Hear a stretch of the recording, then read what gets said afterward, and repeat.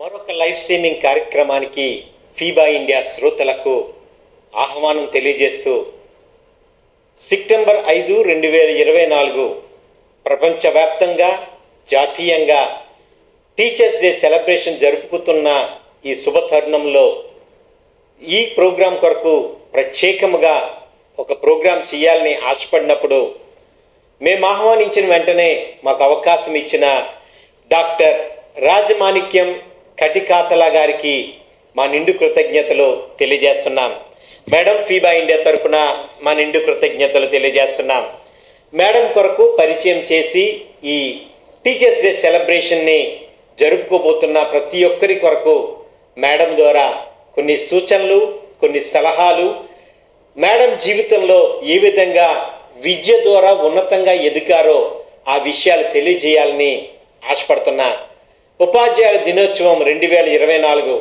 ఒక మంచి ఉపాధ్యాయుడు ఆశని రేకెత్తించగలడు, ఊహాశక్తిని రేకెత్తించగలడు, మరియు నేర్చుకోవాలనే ప్రేమను కలిగించగలడు. ప్రతి సంవత్సరం ప్రముఖ పండితుడు మరియు భారతదేశ 2వ రాష్ట్రపతి అయిన డాక్టర్ సర్వేపల్లి రాధాకృష్ణ గారు జన్మదినాన్ని పురస్కరించుకొని సెప్టెంబర్ 5, 2024 ఈ సంవత్సరం కూడా ఉపాధ్యాయ దినోత్సవాన్ని జరపడానికి అనేకలుగు రెడీ అవుతున్నారు. అలాగే ఎడ్యుకేషన్ ఇన్స్టిట్యూట్స్ అవ్వచ్చు, కాలేజెస్ అవ్వచ్చు, యూనివర్సిటీలు అవ్వచ్చు, విద్య నేర్చుకున్న ప్రతి ఒక్కరూ ఆయా టీచర్లని, వాళ్ళ ఉపాధ్యాయుని ఉపాధ్యాయురాళ్ళని జ్ఞాపకం చేసుకునే పరిస్థితి మనందరికీ తెలుసు. ఉపాధ్యాయులు మార్గనిర్దేశకులుగా, దర్శకులుగా, రోడ్ మోడల్గా మరియు విశ్వనీయంగా వ్యవహరిస్తూ ఉన్నారు. విద్యార్థులు విద్యాపరమైన మరియు వ్యక్తిగత సవాళ్లను నావిగేట్ చేయడంలో సహాయపడుతున్న వారు ఉపాధ్యాయులే అనడంలో అతిశయోక్తి లేదు.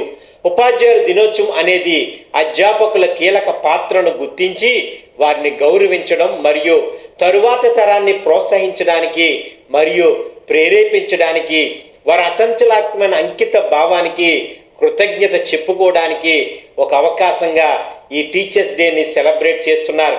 సెప్టెంబర్ 5 అది 1888 సంవత్సరంన డాక్టర్ ఎస్ రాధాకృష్ణ గారు, సర్వేపల్లి రాధాకృష్ణ గారు తెలుగు కుటుంబంలో జన్మించారు. అతను 1962 నుండి 1967 సంవత్సరం వరకు భారతదేశానికి 2వ రాష్ట్రపతిగా పనిచేశారు. భారత రాష్ట్రపతి అవ్వడానికి ముందు డాక్టర్ రాధాకృష్ణ గారు 1952 నుండి 1962 సంవత్సరం వరకు భారతదేశానికి ఉప ముఖ్యమంత్రిగా పనిచేశారు. డాక్టర్ సర్వేపల్లి రాధాకృష్ణ గారి వరకు అనేకమైన విషయాలు చదువుకున్నాం, మన బుక్స్లో నేర్చుకున్నాం ఆయన జీవిత చరిత్ర ద్వారా. అయితే ఈ మధ్యాహ్న వేళ ఈ లైవ్ స్ట్రీమింగ్ కార్యక్రమంలో డాక్టర్ సర్వేపల్లి రాధాకృష్ణ గారి కొరకు అనేక విషయాలు తెలియజేస్తూ మన మధ్యనున్న మేడం గారు డాక్టర్ రాజమాణిక్యం గారి కొరకు కొన్ని విషయాలు మీ మధ్యన పంచుకోవాలని ఆశపడి ఈ చర్చాగోష్ఠిలో ప్రశ్న జవాబులుగా మీ మధ్యన కొన్ని ప్రశ్నలు అడగాలని ఆశపడుతున్నాను. మేడం గారు ఆంధ్ర యూనివర్సిటీలో assistant professor, department of English, Andhra university విశాఖపట్నంలో పనిచేస్తున్నారు. అనేక సంవత్సరాల విద్య అనేక మందికి అందించిన విద్యావేత్తగా మన మధ్యకి ఈ మధ్యకాలం వచ్చారు. అయితే ఈ కార్యక్రమంలో టీచర్ గారి ద్వారా, ప్రొఫెసర్ గారి ద్వారా కొన్ని విశిష్టమైన విషయాలు మీ మధ్యన పంచుకోవాలని ఆశపడుతున్నాను. రాజమాణిక్యం గారు మాకు తెలియజేయండి మీ జీవిత విశేషాలు. మీరు ఏ విధంగా ఈ టీచింగ్ ఫీల్డ్కి వచ్చారు, మీ తల్లిదండ్రులు ఎవరు, మీ రక్తబంధువులు ఎవరు, మీరు ఎక్కడి నుంచి వచ్చారు, ఎక్కడ ఈ విశాఖపట్నం ఆంధ్ర యూనివర్సిటీలో ఈ డిపార్ట్మెంట్ ఆఫ్ ఇంగ్లీష్లో ఏ విధంగా మీరు కొనసాగుతున్నారు మా శ్రోతలకు అందరికీ మీరు తెలియజేయగలరు? ముందుగా ఉపాధ్యాయ దినోత్సవం సందర్భంగా అందరికీ శుభాకాంక్షలు తెలియజేస్తూ ఈ అవకాశం ఇచ్చినటువంటి ఫీబా ఇండియా డైరెక్టర్ గారికి మరియు తదితర స్టాఫ్, టీమ్ మెంబర్స్ అందరికీ కూడా నా హృదయపూర్వక ధన్యవాదాలు తెలియజేస్తున్నానండి.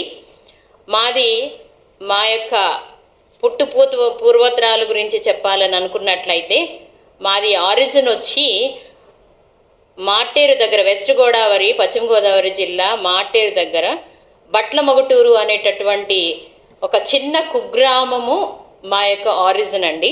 ఓకే. సో అక్కడ ఉన్నటువంటి మా తాతయ్య గారు ఎక్స్ సర్వీస్ గా వర్క్ చేస్తూ ఆ తర్వాత విజయవాడలో వచ్చి సెటిల్ అవ్వటం జరిగింది. ఓకే. సో అక్కడ బట్లమౌటూరులో ఉన్నటువంటి ప్రాంతంలో ఆ ఊరు నుంచి వచ్చినటువంటి ఒక మహోన్నతమైనటువంటి వ్యక్తి సుప్రీంకోర్టు జడ్జిగా కటికతల రామస్వామి గారు ఎంతో పేరు ప్రఖ్యాతులు సంపాదించి ప్రతి కోర్టులోనూ ఎన్నో రకాలైనటువంటి సవరణలు జరిపించి రాజ్యాంగ పరంగా అప్పుడున్నటువంటి జ్ఞాని జైల్సింగ్ గారికి కానీ అప్పుడున్నటువంటి వారందరికీ కానీ ఎన్నో రకాలైనటువంటి సహాయ సహకారాలు అందించారు.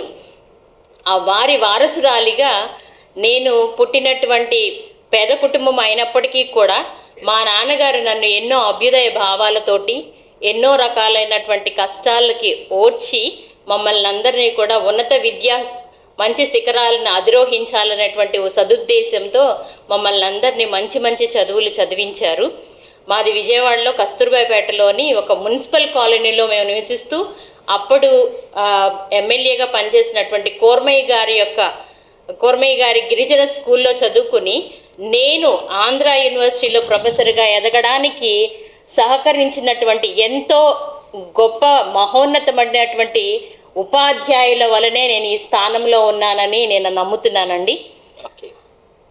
అలాగే ప్రతి విషయంలోనూ ఎవరికైనా సరే ఒక రోల్ మోడల్ అనేటువంటిది, ఒక ఇన్స్పిరేషన్ అనేటువంటిది ఉంటుంది.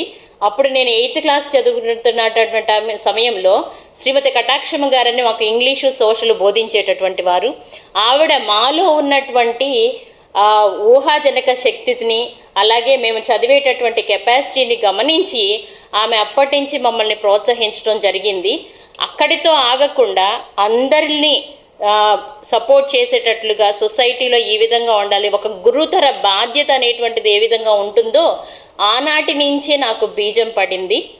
ఆ తర్వాత తరంలో ఒక్కొక్క స్టెప్పు వేసుకుంటూ ఈ స్టేజ్కి వచ్చినందుకు గాను మా గురువులందరికీ ముందుగా నా పాదాభివందనాలు తెలియజేస్తున్నాను. చాలా సంతోషం అండి. మేడం గారు మాట్లాడుతున్నప్పుడు గురువుల్ని జ్ఞాపకం చేసుకొని మర్చిపోకుండా వారి పేరుతో సహా చెప్పిన విధానం చాలా సంతోషం. నిజంగా నేను ఈ స్థితిలో ఉన్నానంటే మొదటిగా నా తల్లిదండ్రులు, రెండవదిగా నన్ను విద్యాబుద్ధులు నేర్పిన నా టీచర్లనే జ్ఞాపకం చేసుకుంటున్నాను. మేడం గారు తెలియజేయండి, మీ రక్త బంధువులు ఎవరు, మీ తోబట్టువులు ఎవరు? వారు కూడా ఎడ్యుకేషన్ ఫీల్డ్లోనే ఉన్నానని విన్నాను. వారు ఎక్కడెక్కడ పనిచేస్తున్నారు, ఎడ్యుకేషన్ ఎటువంటి ఇంపాక్ట్ మీ ఫ్యామిలీకి ఇచ్చిందో ఒకసారి మా శ్రోతలకు మీరు తెలియజేయగలరు? మా నాన్నగారికి ఇంతకు ముందే చెప్పానండి, నేను అభ్యుదయ భావాలు కలిగినటువంటి వ్యక్తి. యాక్చువల్గా మేము చదువుకునేటటువంటి సమయంలో అందరూ ఆడపిల్లకి చదువు ఎందుకు, 10th క్లాస్ తర్వాత పెళ్లి చేసేయాలి అనేటటువంటి దృక్పథంతో ఉండేటటువంటి సొసైటీలోనే మనం ఇంతవరకు ఉన్నాము. కానీ అప్పటికే 10th క్లాస్ కాదు, ఏ విషయానికి వచ్చినా సరే ప్రతి విషయంలోనూ ఆడపిల్లలు కూడా మగపిల్లలతో సరిసమానం అనేటువంటి ఉద్దేశంతో నన్ను మా అన్నయ్యని ఒకే ప్యారలల్గా చదివించినటువంటి పరిస్థితి మేము చూసాము. ఎప్పుడూ కూడా ఏ విషయానికి కూడా మమ్మల్ని వెనుకంజ వేయనివ్వకుండా ధైర్యంగా పోరాడి గెలవాలి, అదే జీవితం అనేటువంటి నేర్పినటువంటి మా నాన్నగారి స్ఫూర్తితో నేను ఈరోజు ఈ స్టేజ్లో ఉన్నాను అనేటటువంటి గొప్పదనాన్ని తెలియజేస్తున్నాను. అదే ఉద్దేశంతో నేను పీజీ కంప్లీట్ అయిన వెంటనే 1999లోనే నేను సయ్యదప్పలక స్వామి డిగ్రీ కళాశాలలో ఉపాధ్యాయురాలుగా డిగ్రీ కాలేజీ లెక్చరర్గా జాయిన్ అయ్యాను. అక్కడ జాయిన్ అయిన దగ్గర నుంచి ప్రతి విషయంలోనూ అన్ని విషయాల్లోనూ ఎలా ఉండాలి, ఏ విధంగా నేర్చుకోవాలని మేము 6 సంతానం అండి. మా అన్నయ్య ఎంటెక్ ఫస్ట్ క్లాస్లో పాస్ అయ్యాడు, ఆయన ఒక లెక్చరర్గా పనిచేస్తున్నాడు. అలాగే నెక్స్ట్ నేను ఎంఏ పిహెచ్డి తర్వాత ఎంఎస్సి సైకాలజీలో కూడా పీజీ చేశాను. నెక్స్ట్ తర్వాత యాక్చువల్గా ఈ సందర్భంగా నేను ఒక విషయం మీతో పంచుకోవాలనుకుంటున్నాను. నేను ఇంటర్మీడియట్ చదివేటప్పుడే నా బుక్స్లో ఎంఏ పిహెచ్డి అని రాసుకోవటం జరిగింది. యాక్చువల్గా ఎవరికి ఆ అవకాశం రాదు, తెలీదు. కానీ ఒకనొక సందర్భంలో మా నాన్నగారు ఆ బుక్ ఓపెన్ చేసి చూసి ఎందుకు ఈ డిగ్రీలు రాసుకున్నావు ఇలాగా అని అడిగారు. అడిగితే నేను ఈ విధంగా చదువుకోవాలి అని నేను కోరుకుంటున్నాను నాన్న అని చెప్పినప్పుడు నీకు సరి అయినటువంటి మార్గం దొరుకుతుంది, ఆ స్టేజ్కి వెళ్తావనేటటువంటి నమ్మకం నీకుందా అని అడిగారు. అప్పుడు నేను దృఢ సంకల్పంతో నేను ఒకరోజు ఖచ్చితంగా ఎంఏ పిహెచ్డి చేసి తీరుతాను నానా అని చెప్పినటువంటి ఆ రోజు మాట నెరవేరిన సందర్భంలో నేను ఎంతో ఆవేదనకు గురి అయ్యాను. ఎందుకనంటే ఆ డిగ్రీ నా చేతికి వచ్చేటప్పటికి సడన్గా మా నాన్నగారు మా దగ్గర లేకపోవటం వలన, కానీ నా యొక్క దృఢ సంకల్పాన్ని నేను విడనాడకుండా ఆయన చనిపోయిన తర్వాత మా తమ్ముళ్ళని చెల్లెల్ని అందరూ పీజీలు చేశారు. నా తర్వాత తమ్ముడు ఎంఏ ఇంగ్లీష్ చేశాడు, నారాయణ కాలేజీలో లెక్చరర్గా చేస్తున్నాడు. తర్వాత తమ్ముడు చైతన్య కాలేజ్లో చేస్తున్నాడు. తర్వాత చెల్లి ఎంఎస్సి కెమిస్ట్రీ ఎంఎస్సి పిహెచ్డి చేసింది, ఆవిడ కెమిస్ట్రీ లెక్చరర్గా వర్క్ చేస్తుంది. తర్వాత తమ్ముడిని ఎన్ఐటి సూరత్కల్లో చదివాడు, ఎంటెక్ మెకానికల్ ఇంజనీర్గా. ఆయన నందమూరు వాసవి ఇంజనీరింగ్ కాలేజీలో he is heading the department, mechanical department. మా యొక్క ప్రస్థానంలో ప్రతి ఒక్కరిని సపోర్ట్ చేసేటటువంటి విధంగా మా నాన్నగారు చనిపోయిన తర్వాత నా మ్యారేజ్ జరగటం జరిగింది. నేను ఈ స్టేజ్లో ఉన్నానంటే దానికి నా భర్త యొక్క సహాయ సహకారాలు లేకపోలేదు అనడానికి నేనే తార్కాణం. అంతేకాకుండా మా మదర్ ఏమీ చదువుకోలేదు, 5th class plus only single member in their family. ఆవిడ సింగిల్గా నేను ఎన్ని బాధలు పడ్డానో నా పిల్లలు ఆ విధంగా బాధలు పడకూడదు అనేటటువంటి ఉద్దేశంతో మమ్మల్ని 6గురిని పెంచి పోషించి ఈ విధంగా చదివించి మంచి స్థానంలో, మా నాన్నగారు చనిపోయినప్పటికీ కూడా మేమందరము మంచి స్థానంలో నిలబడేటట్లుగా పురికొల్పినటువంటి మా అమ్మగారికి, అదేవిధంగా నన్ను కనకపోయినప్పటికీ కూడా నన్ను ఇప్పటి వరకు సపోర్ట్ చేసినటువంటి శ్రీమతి కటాక్షమ్మ గారికి నేను జీవితాంతం రుణపడి ఉంటానని నేను సభాముఖంగా చెప్తున్నాను. అవునండి, చాలా థ్యాంక్ యూ మ్యామ్. ఎందుకంటే తల్లిదండ్రుల యొక్క చేసిన కృషి, అలాగే టీచర్ గారు చేసిన కృషికి ఈ విధంగా మన మధ్యన రాజమాణిక్యం గారు మన మధ్యన ఉన్నారు. ఇందాక మేడం చెప్పిన రీతిలో ఎంఏ పిహెచ్డి ఎంఎస్సి సైకాలజీలో చేసి ఉన్నారు. BA English, MA English, PhD English 2016 ANU Guntur ద్వారా చేసి ఉన్నారు. అయితే మేడం గారి కోసం నేను విన్నాను, అద్భుతంగా చేసిన ఆ సేవకి, ఆ పరిచర్యకి, లేదంటే ఆ టీచింగ్ విషయంలో ముందుకు వెళ్ళిన రీతిలో అనేకమైన అవార్డులు మేడం గారు తీసుకున్నారు. అలాగే best teacher mother Teresa foundation నుంచి మచిలీపట్నం 2012లో, అదేవిధంగా best teacher award rotary club నుంచి మచిలీపట్నం, అలాగే బెస్ట్ టీచర్ అవార్డు మచిలీపట్నం నుంచి కొల్లు ఫౌండేషన్ తరపున, అలాగే మహిళా మనీ పురస్కారం ఇది కూడా 2023 ఇది తీసుకోవడం జరిగింది. నేను అంటాను, అవార్డుల కన్నా టీచర్ గారు చూపించిన ఆ అంకిత భావం ఎన్నో ఉన్నతమైనది. అయినప్పటికీ మీరు తీసుకున్న అవార్డులను బట్టి మేము ఎంతో సంతోషిస్తున్నాం. రాబోయే దినాల్లో ఇంకనూ అద్భుతంగా మీ టీచింగ్ ఫీల్డ్లో ముందుకు వెళ్ళాలని ఆశపడుతున్నాం. టీచర్ గారు, తెలుసుకుందాం కొన్ని విషయాలు, మాకు తెలియజేయండి. ఏమంటారంటే టీచర్ల కొరకు చెప్పినప్పుడు మాతృదేవోభవ, పితృదేవోభవ, ఆచార్య దేవోభవ అని చెబుతూ అలా టీచర్ల యొక్క ముఖ్య ఉద్దేశం వారు ఉన్నతాన్ని చెబుతూ ఉంటారు. అయితే మా టీచర్ డే సందర్భంగా, ఈ టీచర్ డే సందర్భంగా మా వింటున్న వారికి, శ్రోతలకు మీరు ఇచ్చే సందేశం ఒకసారి మీరు మాకు అందరికీ తెలియజేయగలరు? తల్లిదండ్రుల తర్వాత ముఖ్య పాత్ర పోషించేటటువంటిది గురువు మాత్రమే. గురువు అంటే అంధకారాన్ని పారద్రోలి వారికి సరి అయినటువంటి మార్గాన్ని, అలాగే సరి అయినటువంటి నిర్దేశత్వాన్ని తెలియచేసేటటువంటి వాళ్ళే నిజమైన గురువులని నేను నమ్మేటటువంటి వ్యక్తుల్లో మొదటి దాన్ని. అయితే ఈ సందర్భంగా నేను చెప్పాలనుకుంటున్నటువంటిది ఏంటంటే 1999లో నా కెరియర్ స్టార్ట్ చేసినప్పటి దగ్గర నుంచి ఇప్పటి వరకు నా స్టూడెంట్స్ ప్రొఫెసర్స్ ఉన్నారు, డాక్టర్స్ ఉన్నారు, ఇంజనీర్స్ ఉన్నారు, ఎన్నో రకాలైనటువంటి పొజిషన్స్లో ఉన్నప్పటికీ కూడా ఇప్పటికీ నాతో కాంటాక్ట్లో ఉన్నటువంటి స్టూడెంట్స్ ఇంగ్లీష్లో చెప్తారు the noblest profession of all అని. ఎందుకనంటే టీచింగ్ అనేటువంటి దానికి అంత గొప్ప పేరు ప్రఖ్యాతులు ఉన్నాయి. గురువు యొక్క పాత్ర అంటే నిజంగానే నేను చేసినటువంటి కాలేజీలో, అంటే మచిలీపట్నంలో కొన్నాళ్ళు చేసినటువంటి కాలేజీలో ఆ చిన్న చిన్న పిల్లలు 10th క్లాస్ అయిపోయిన తర్వాత ఇంటర్మీడియట్ కంప్లీట్ అయిన తర్వాత ఇప్పుడున్నటువంటి పితృస్వామిక సమాజంలో ఎవరు కూడా ఉన్నత విద్యకి ఆడపిల్లకి ఇవ్వడానికి ఇష్టపడినటువంటి సందర్భంలో కూడా ప్రతి ఒక్కరి తల్లిదండ్రుల్ని మేము వెన్నుదన్ని వాళ్ళకి చెప్పి ఎటువంటి ప్రాబ్లం రాదు అనేటటువంటి ఉద్దేశంతో వాళ్ళని అందరినీ ముందుకి తీసుకొచ్చి ఇప్పుడు ఎంతోమంది ఎన్నోటటువంటి శిఖరాలను అధిరోహించినటువంటి ప్రతి గురువు కూడా గర్వపడేటటువంటి విధంగా వాళ్ళు ఉండటం అనేది గర్వకారణం అండి. నేను ఏ వృత్తిలో లేనటువంటి సంతృప్తి ఒక్క టీచింగ్ ప్రొఫెషన్లోనే ఉంటుందని నమ్మేటటువంటి వ్యక్తిని. ఎందుకనంటే ఒకరోజు మనం కరెక్ట్గా పిల్లలకి అర్థమయ్యేటటువంటి రీతిలో ఆ పాఠం కనుక చెప్పినట్లయితే ఆ రోజు పొందేటటువంటి సంతృప్తి జీవితంలో మనం ఎన్ని కోట్లు ఉన్నా కూడా అది దానికి సరితూగదండి. అది తెలిసినటువంటి వ్యక్తిగా నేను చెప్పేటటువంటిది ఏంటంటే టీచర్ నిజమే విద్యార్థుల్లో ఉన్నటువంటి ద్విగుణీకృతమైనటువంటి వాళ్ళ యొక్క ఊహాశక్తిని కానీ అలాగే వారికి కావాల్సినటువంటి భవిష్యత్తును కానీ తీర్చిదిద్దేటటువంటి సమయంలో ఎన్నో రకాలైనటువంటి అనుభవాలని నేను చూశాను.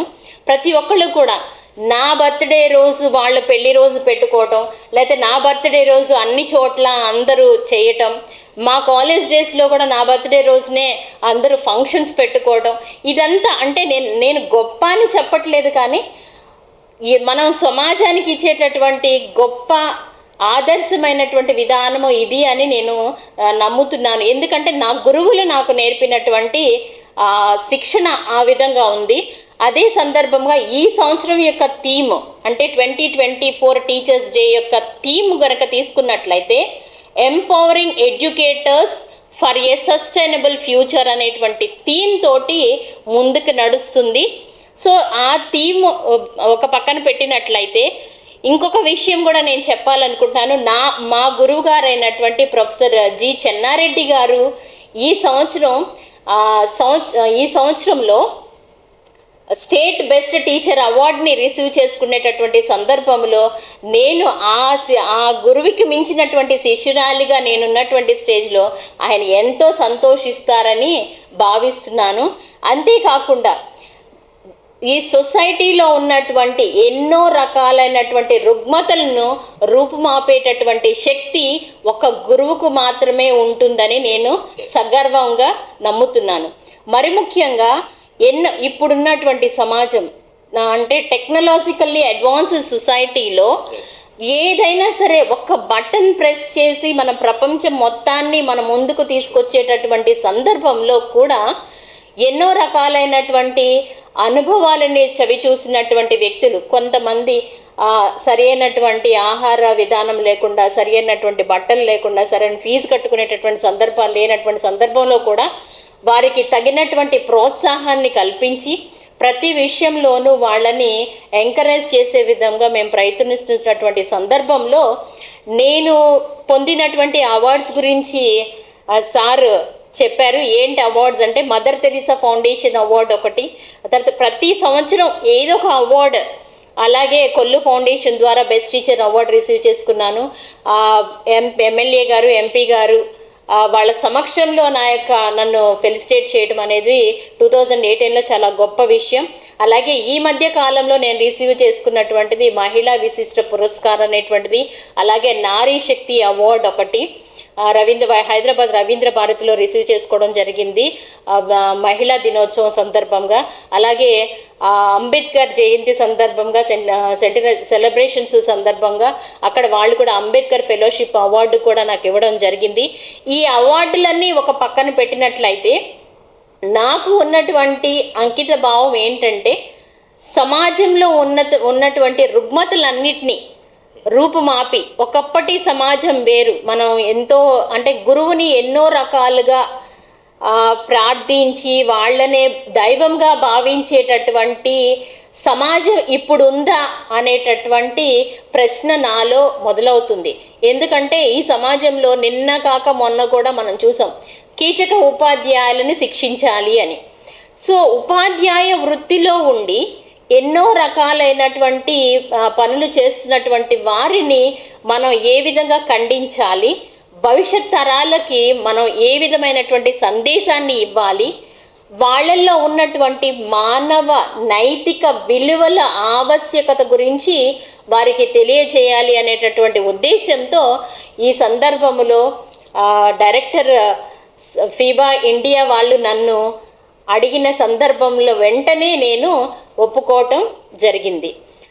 మరీ ముఖ్యంగా చెప్పాలి అనంటే, ఇప్పుడు నేను ఆంధ్ర యూనివర్సిటీలో assistant professor, department of English assistant ప్రొఫెసర్గా వర్క్ చేస్తున్నటువంటి నేను వచ్చినటువంటి వెంటనే అప్పుడున్నటువంటి వైస్ ఛాన్సలర్ గారు నాకు అంతర్జాతీయ వసతి గృహ సదుపాయాలకి సంబంధించినటువంటి వార్డెన్గా నన్ను నియమించడం అనేటువంటిది చాలా గర్వించదగినటువంటి విషయం.